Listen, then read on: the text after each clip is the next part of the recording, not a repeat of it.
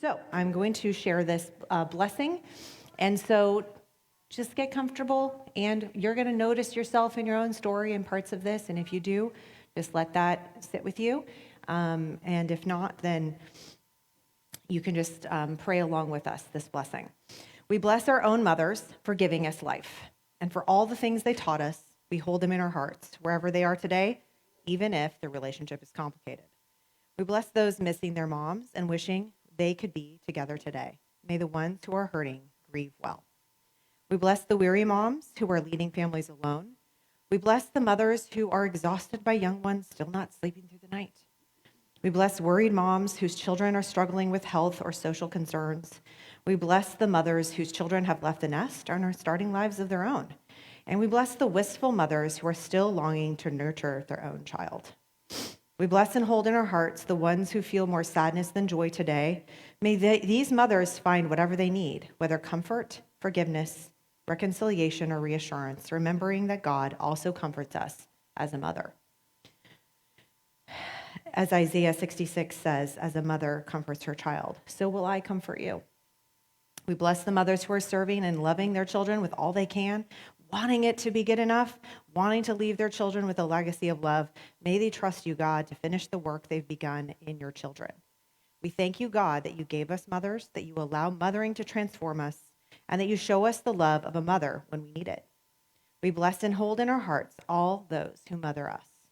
May they be blessed with the desires of their hearts, wholeness and restoration of relationships, and the gifts of goodness, beauty, love, and good humor to joyfully navigate life. Amen. All right. Well, I would like to make sure that we get our panelists introduced in case you haven't met all these amazing women that are up here with us today. So just real briefly, share your name and share how long you've been mothering, or as I like to say, how old you are in mom years. So my name is Tracy Emery, and I am 25. 6? This is what happens when they are not in your nest anymore. Gosh. Yeah. I love it. We have 3 girls. Hannah has flown the coop and is in Chicago. She's our oldest 25 or 26-year-old. Meg is the next one, and she's starting to look at apartments, so she's going to be, flying the nest soon, and she's 23. And Gray is our youngest, and she's 22. She just had a birthday. Wow. My name is Katerina Fontanini, and I'm almost 1. Woo! We have 1 daughter, Sloan, and she turns 1 on Friday. Oh, wow. Forgot about that. Yay. Oh, my gosh. I am Bethany Page, and I am 13, and I've got 2 kids, 10 and 13. I am Suzanne Renberg, and I am almost 17. Wow. That's wild. You get to hang on to it. I know it's confusing. I am Sarah Siders, and I am 15 and a half in mom years. And I started saying this to myself, just in case you haven't heard my tiny backstory, but I started saying, how old I am in mom years. One, because it, de-ages you instantly. Do you see that? I'm 15. I'm fun. And also because it helps me have a realistic perspective of how much I should know about what this is. Right? I'm 44, but I'm only 15 and a half in mom years. And so let's be realistic about how much I know. So it helped me from the beginning. I was doing this from when he was 3 weeks old. I was I'm 3 weeks old in mom years, and that's why I am like this. And so that has helped me so much over the years. So just putting things in perspective. Okay, so we're going to go through a few questions and give everybody a chance to answer and have some fun together. So our first question, and we'll start here with Suzanne, is who is a movie or TV mom you most relate to or wish you were like? If you want to pass it. I have a quick answer because, as everyone who was on my team at trivia last night will know, I'm clueless about movies and TV shows. So my quick answer is I have no answer. Oh, okay. My favorite TV mom, and this is not because I plan to have a career in politics, but Elizabeth McCord. Yes. On Madam Secretary. Come on. She is real as you can be as a screen-written character. she's invested in her kids, and they are all in the older teen and adult years, and it's just really fun to watch her and her husband interact with their kids, and in some ways we emulate them, and in other ways we're like, oh, yeah, that's coming. Wow. Wow. I had to think about this for a while too, but probably one that I'd like to be most like, and I've only watched this movie one time, so, and I haven't read the book, but the mom in Little Women.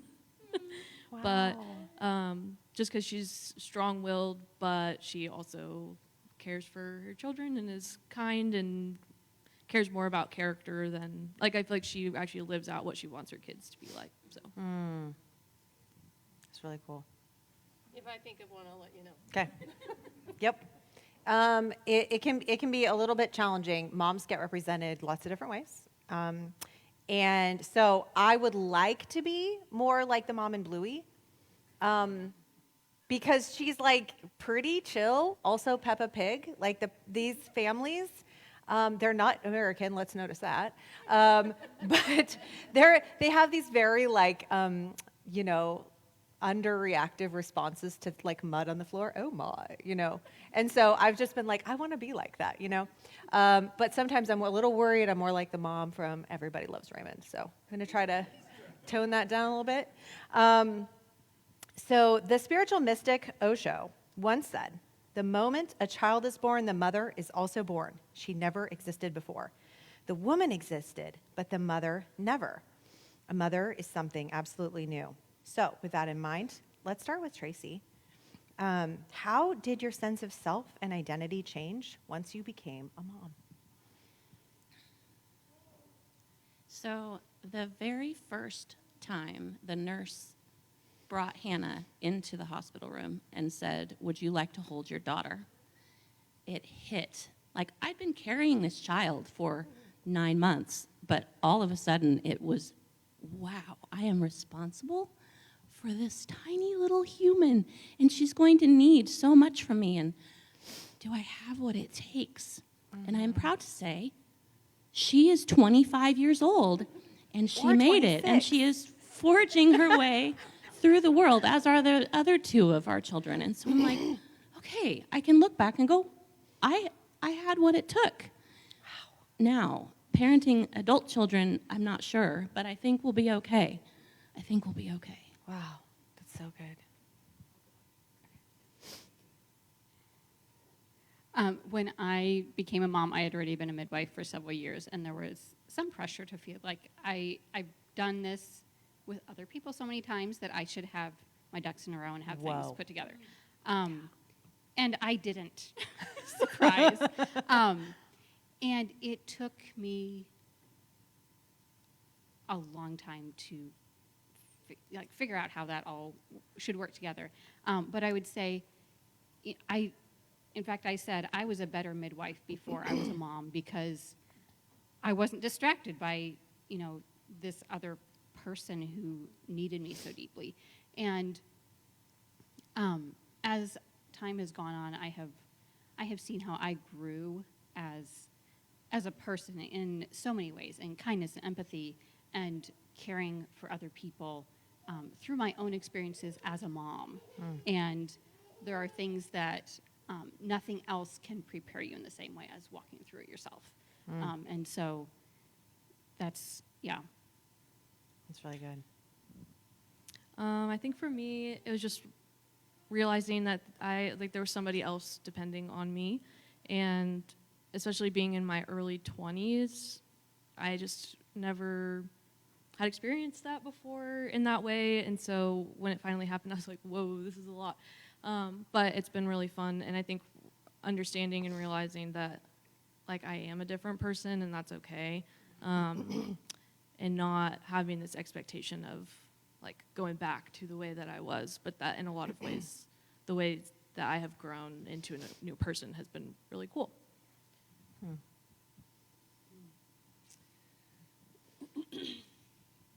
I think just that overwhelming sense of responsibility that, and I was delighted by that because I'm a mom through adoption, and so literally somebody handed their child to me, and said, congratulations, I mean, Wow. Wow. it was wild. And so, I mean, it was, the most incredible gift you could ever receive. And so there was overwhelming joy because I was never sure I was going to get to be a mom, And yet the responsibility was, it's like from that moment on, you're never off. Yeah. You're never off. You will always, always, always in the back of your mind or in the front of your mind is what's going on with that kiddo. And so, so while I was thrilled, what you've probably discovered is that over time it's exhausting. It's absolutely exhausting. And so, the managing that is the tricky part for many women, I think, many moms is, I'm thrilled and I love my kid, but oh man. Yeah. And knowing like what you can control and what you can't. Yeah, exactly. And thinking you can control way more than you can. Yeah. I think for me, definitely the sense of responsibility, but didn't hit right away. I was waiting for the real mom to show up for a few weeks. And I remember like walking up and down the hallway with baby John on my shoulder in the middle of the night. And I was like, I'm it. No one's coming. And so it took me a while, but that was like, okay, this is my job.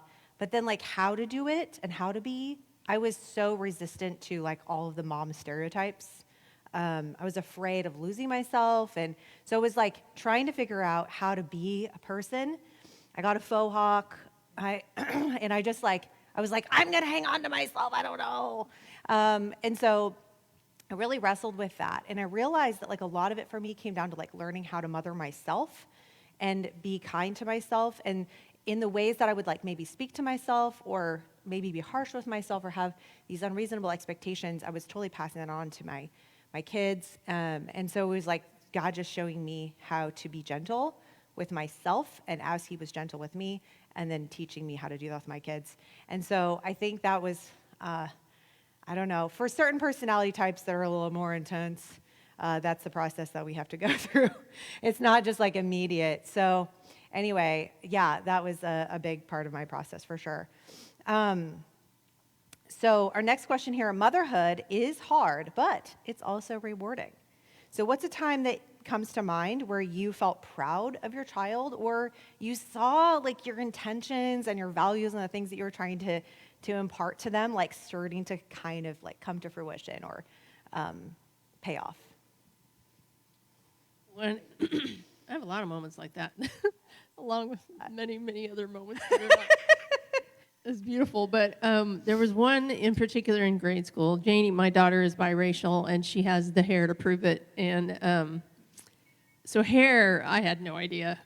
When I learned that I was going to be mom to a biracial baby, and other black women learned that, they would go, "Oh, honey, you need some hair help. You let me know." And I was like, "What?" I had no idea, and now I know.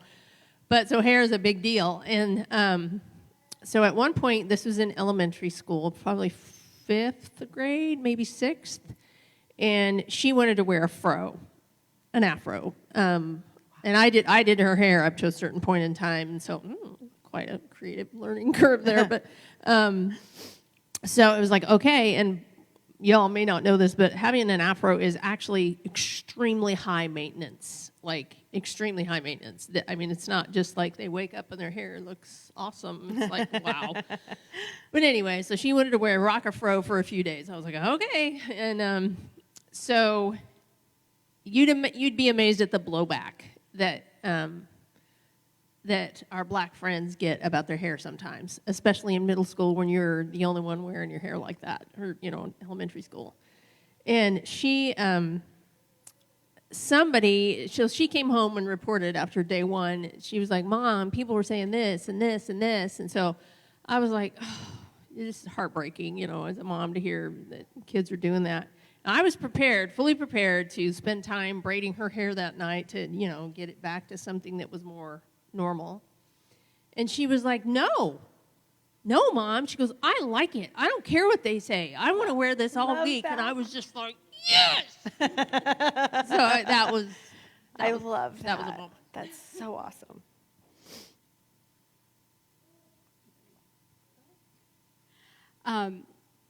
I have a child who is very, feels things very deeply, cares deeply about justice, has very strong opinions. And we have been Can't relate. we have been navigating that at our house for years and how to, regulate and channel that well. And this last week, something happened that I was just really proud. We were at a public meeting, and she was the youngest person in the room, and there was a question-answer time, and she raised her hand, and she was not getting acknowledged, and so she stood up and raised her hand, so she was higher up. And finally, there were some other people that pointed to her, and she got the attention and went up to the front of the room, and in front of a couple hundred adults, stated, actually asked a question, but very firmly, and made her point, brought her point across very clearly. Wow. And I was just really proud to see her doing that. Wow. Anyone who's parented a child with those personality characteristics knows it is challenging, and it was just really gratifying for me to see her using that in such a meaningful way. And other people talked to her afterwards. Adults came up to her and thanked her for what she said, and that was just I loved seeing that. This question is kind of hard only because when they're this little, like, there's a bunch of milestones that they already are supposed to hit anyway. And so you're like, oh yeah, that's totally me, but not really. And so, I don't know. I mean, it's sort of more for me, but also for her. But honestly, probably nursing for so long. Since Yeah. that's just such a, it takes a lot out of you physically, mentally, but it also is, totally worth it. So that's the only thing I can think of right now. Everything else is, they're going to do it eventually, so it's kind of them doing it. Our oldest daughter lives in Chicago, as I said before, and watching her engage with her community and standing up for the immigrants that are in her neighborhood and joining protests and being a part of hoping for change in the midst of what can seem really daunting, but knowing that maybe I can make a difference. And I see that in all of our girls. I see them looking out for the underdog, seeing the ones that are sitting alone and going and joining them. That is such a beautiful thing to watch. Wow. Powerful. Yeah, I think my kids are actually in the room, so I can't name, I'm not going to drop names, but you'll probably, know. They have very different personalities. Like, when they were little, a way to describe this was one would eat the hot dog, one would eat the hot dog bun. They always wanted different things, so different, such different personalities. And so I think for me, when I think about it, it's the moments where I see them being themselves, just their empowered versions of themselves.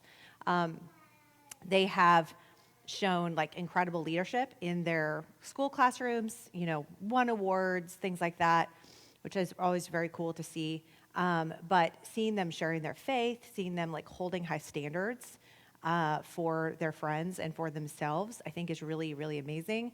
And so that's something that has started to kind of bubble up as we get older. There's this really beautiful, just again seeing them flourishing as themselves, and it's oh, this is how you do that, this is your way, and really owning that. And so yeah, it's been really fun, I would say, to see them doing those things and seeing our values, our family values reflected they're not being cookie cutter versions of us or each other, but they're being themselves and they're leading in those ways. So that was really cool. Okay, where are we at time-wise? This is kind of like a two-parter.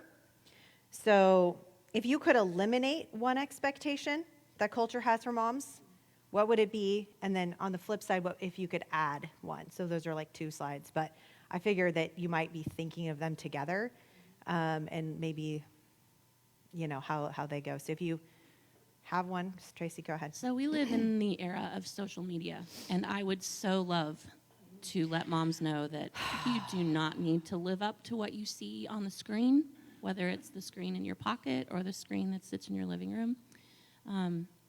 You can't see the messy house behind the beautiful picture. You can't see all of the struggles that it took to get that child to that point. Just know that there's real life that's happening. And that life might look a bit like yours. It might look nothing like yours. And it's okay to not get it right, because we are 26 in mom years, and we have never done this before. We've never walked this day before. So each day is new, and each day has its new chances. You might make mistakes, and it's okay. There's lots of grace. Love that. I'd probably say, I think especially right now, like a lot of stuff I'm seeing, especially on social media, is like this whole push to do everything on your own and that you can't trust anybody else and blah, blah, blah, which sometimes can be true. But I think that one expectation that I would add is like lean on the people around you. Wow. And that like people want to help. And if you're not around people who are willing to help or able to help, finding those communities that you can be a part of and can help you. Because I think it's just we're missing out on such like a big part of community when we don't allow other people to help us. Wow, it's good. I highly recommend the book, How to Keep House While Drowning. wow. Your house might not look any better, but you'll probably not feel as guilty about it. Yes.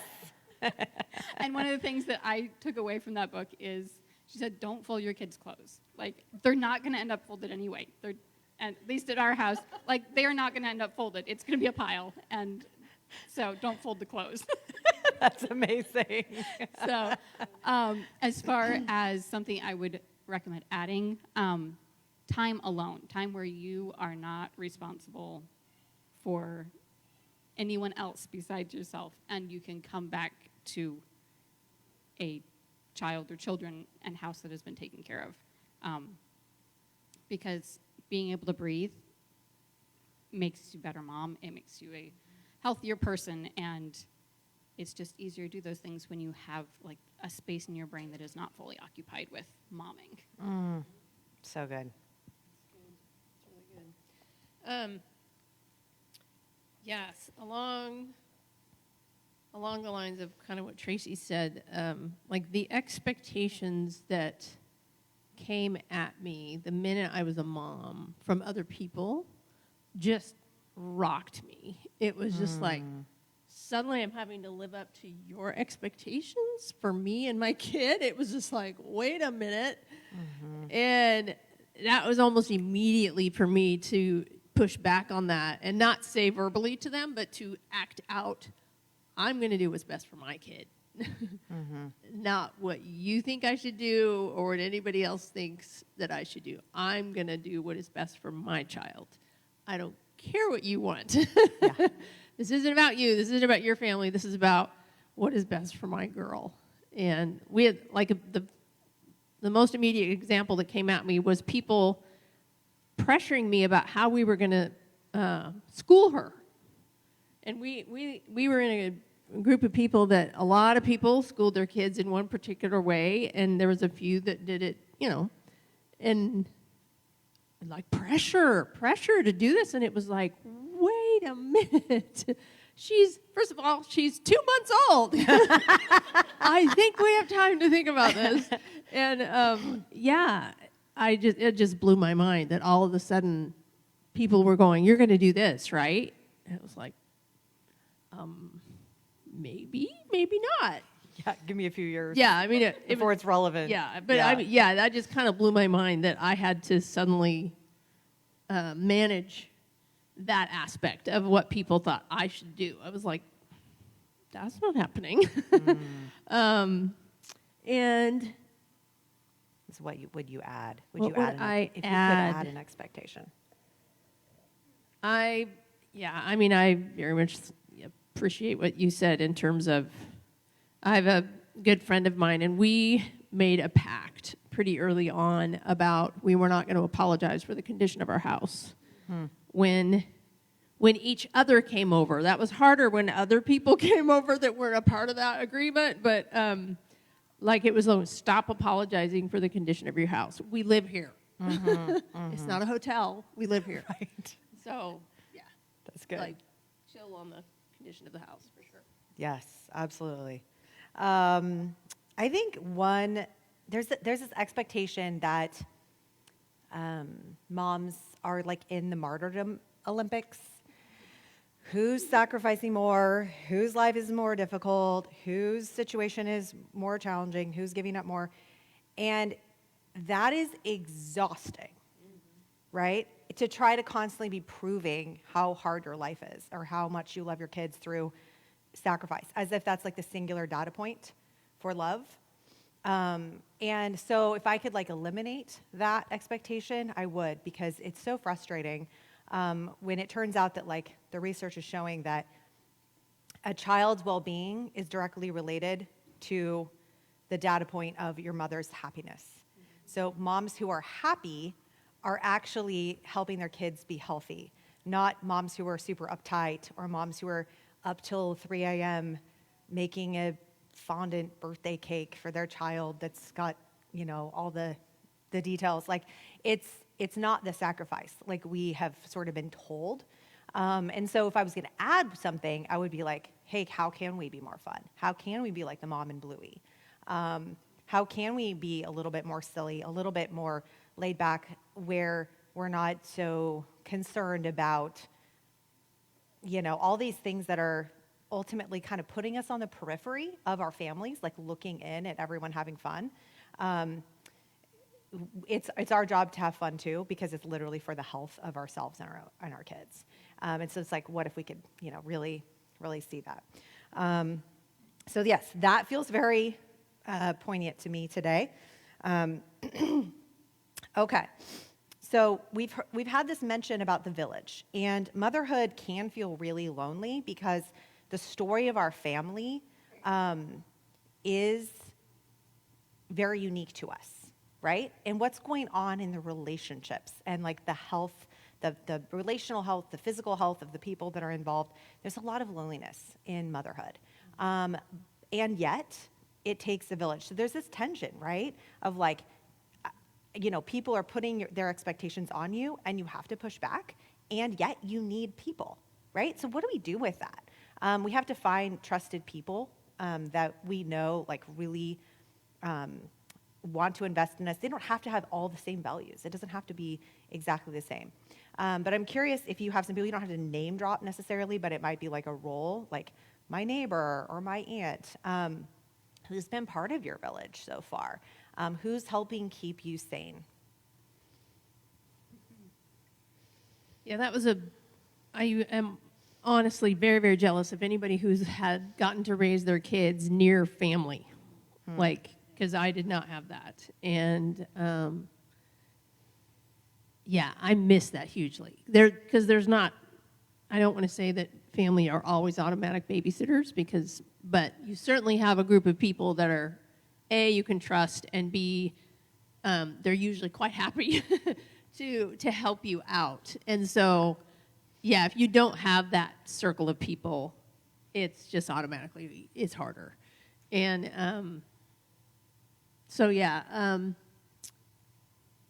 my best friend, they were kind of like that for us. And I could absolutely trust her. And they absolutely would help or take her or help shape her. And I knew that their shaping matched my shaping, in terms, theirs was even better in many ways. I could just trust them. And so yeah, there were a couple of different people like that in our circle, and yeah, they were the ones that kept me sane. Especially, we were both in an environment that was becoming increasingly not safe necessarily, and so they emotionally and spiritually, and so they were the safety. That's beautiful. Over the last few years, I have connected with a handful of other women. Most of them are single moms who live around the country, and it's ended up currently we have a Signal chat going that we're a part of. People will just drop stuff in there, and we support each other. They're usually video calls once a day or so. We don't all participate, but they have kind of become a village for me, and it's easily accessible because it's on my phone. There was a really challenging parenting day a couple of months ago where I was like, you guys don't have to respond to this. I'm just dropping stuff in here because I need to feel seen, and I need someone to know what's going on. And it's just really validating to have people that you can be that honest with, who there's not going to be judgment, it's going to be support. And so I also am really grateful for in-person friends, but that's something that it's accessible in a way when it's on your phone. And I also like it's not on social media, but it's more personal and private than that. For me, it's my parents. And probably the whole time I was on maternity leave, they came over what felt like almost every day so that we could sleep in, and they'd hang out with Sloan in the morning, and that was a huge help, and just have continued to be a big help, and are clearly very excited to be there, and have definitely helped me feel more sane.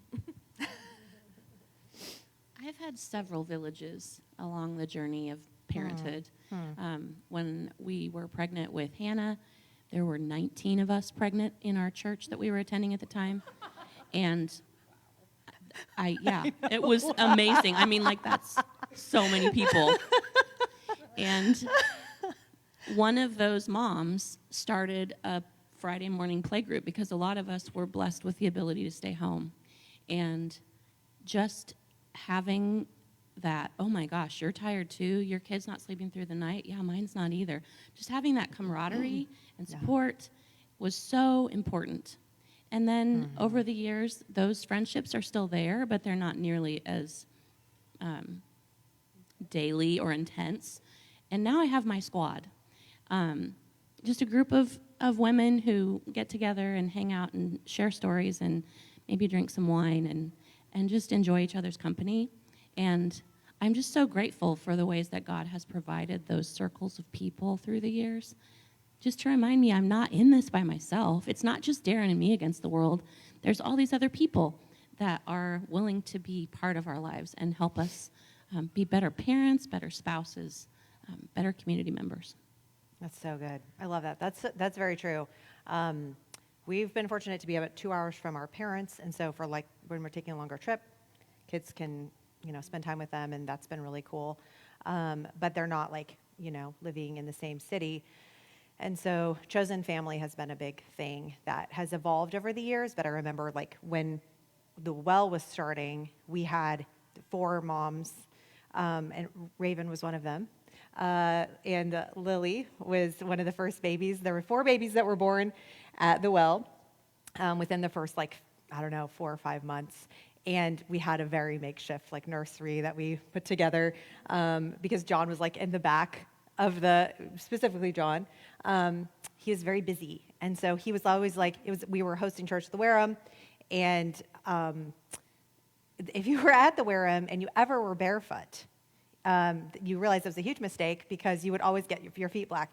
So we found out how dirty the carpet was by John's little knees when he was walking or crawling around in the back, and we're like, okay, we need a little spot for him.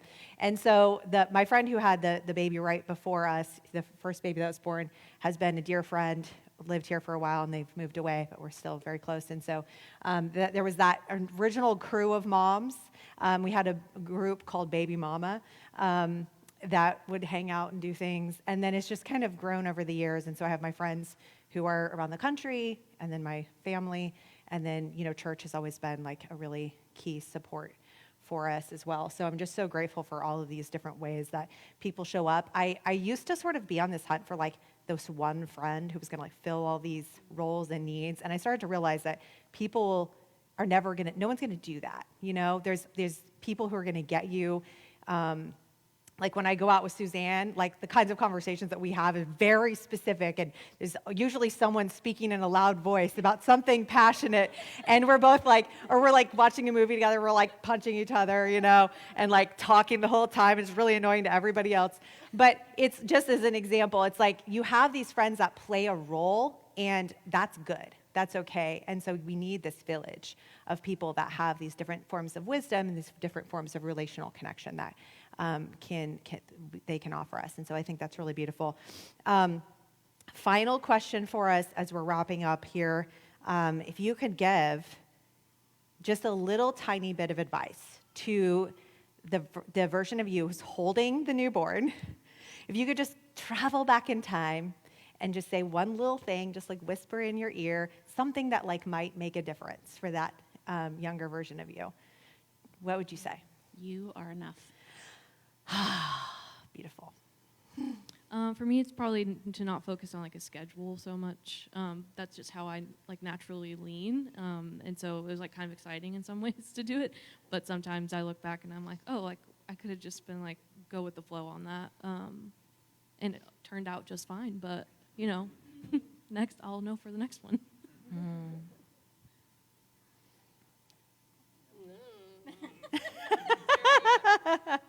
Do you have one, Bethany? I want to take a minute to think about it. Oh, sure. I think I said this last year, but just basically chill out, for crying out loud. Yeah. Chill out. I There feel like is- that's just so true. Yeah, whether it was realistic or healthy or not, probably not healthy. But we know my daughter's birth family, and they're nearby, and so we've had a relationship with them this whole time, and which is a whole story all in itself. But there's a reason why she couldn't keep Janie and why she gave her to us to raise, and so there was a fear in me about if Janie would make the same choices that her birth family had made. And so that just was this undercurrent in almost every aspect of who I was as a mom and how I tried to shape my daughter. And basically anxiety. Yeah. And so, yeah, she and I have worked through so much of that, I'm grateful to say. But yeah, I was an anxious mom, and that also made me a controlling mom. And so, yeah, that's why I would just say, chill out, girl, crying out loud. I struggled very deeply with postpartum depression, and it was really scary for me. And if I could go back to myself, then I would say, accept the support. It was hard to even ask for help, especially because, I was supposed to know how to deal with things. And, Wow, yeah. but accept the help, seek out help, whether it's people, therapists, meds, just more community. Ask for help and keep asking until you get the help you need. It's good. I think I would say to that version of me who was like very afraid of losing myself, I would say let motherhood change you. Like it's going to be okay. Like motherhood is a good for you. Like it's not going to steal what you love about yourself. It's going to expand, how you show up and how you love. It's going to expand your capacity. And I don't know. That was just something I was very afraid of. And so I was really just didn't know how to settle into it for a while. And once I did, it was like, oh, this is really fun. So yeah, let motherhood change you is what I would say to my young self. Okay, well, this concludes our. Do you guys? We'll make sure you guys have little bouquets on the tables. So we'll make sure you get those before you leave as a little moment of gratitude. Oh, she's going rogue. We never saw it coming. Can I tell one funny story? Yes. I wanted to tell this last year, and I didn't get a chance. So, I'm not married anymore, but he and I are still friends. And he's very smart, like brainiac smart, and that's just who he is, right? And so when Janie was little, she and her dad had this thing about that she wanted to go to the moon. Dad, are you going to help me go to the moon? Dad, we're gonna go to the moon someday, right? Yeah, and it was always like this little play they did back and forth. And so one morning on the way to church, she's in the back seat and she goes, "Dad, are you gonna help me build that rocket so we can go to the moon?"